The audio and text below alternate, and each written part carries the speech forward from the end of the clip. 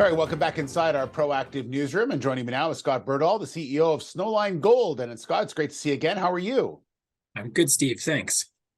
More results out this time for the Valley Zone at the Rogue property. And what I found interesting about this was inside the news release was your commentary. And you really talked about how these results that you have out and the ones previously really starting to show the size and the potential bulk tonnage that this particular project may have. Is that a fair comment to say? Yeah, I think so. I think one of the key takeaways here, and from this release itself, but also from this release in the context of our previous releases, is that Valley continues to put out, just interval after interval of nice grades that are very consistent, and having a big system with big grades and importantly high continuity makes a very mineable deposit.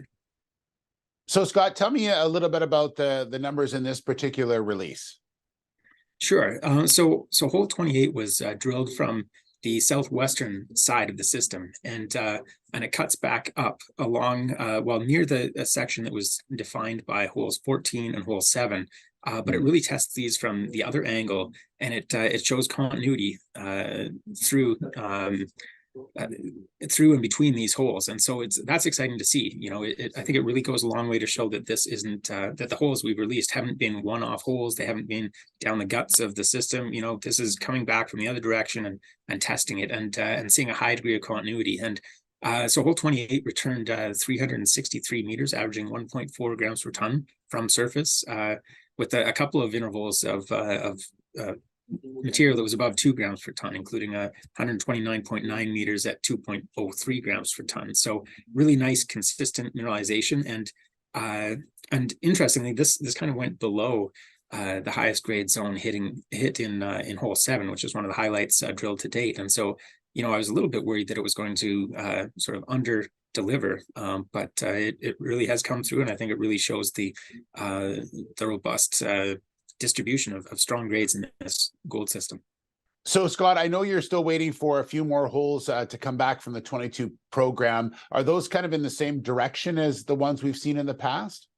Yeah, so those will be drilled back to the southwest, like most of the holes testing the system, kind of drilling just right across strike. And well, actually, hole 28 also goes across strike, but just from the other side. But this is kind of in with the rough grid that we've been drilling so far. And hole 29 should test the width of one of the higher grade zones of the system. So that'll be a really exciting hole to see. And hole 30 is a little bit on the outskirts and drilled a little bit deep. Well, we now know it's a little bit deep, but it'll nonetheless be interesting to see what the veins and what the VG visible gold that we've seen in that hole translates to when it comes to meters, because that really has the potential to not just build the strike length, but to build the scale, the volume as we extend the strike length, which is obviously important when you're building tons. Absolutely. All right. We look forward to seeing about those when they're finally released. Scott, thanks very much. Good to talk to you, and we'll talk again soon.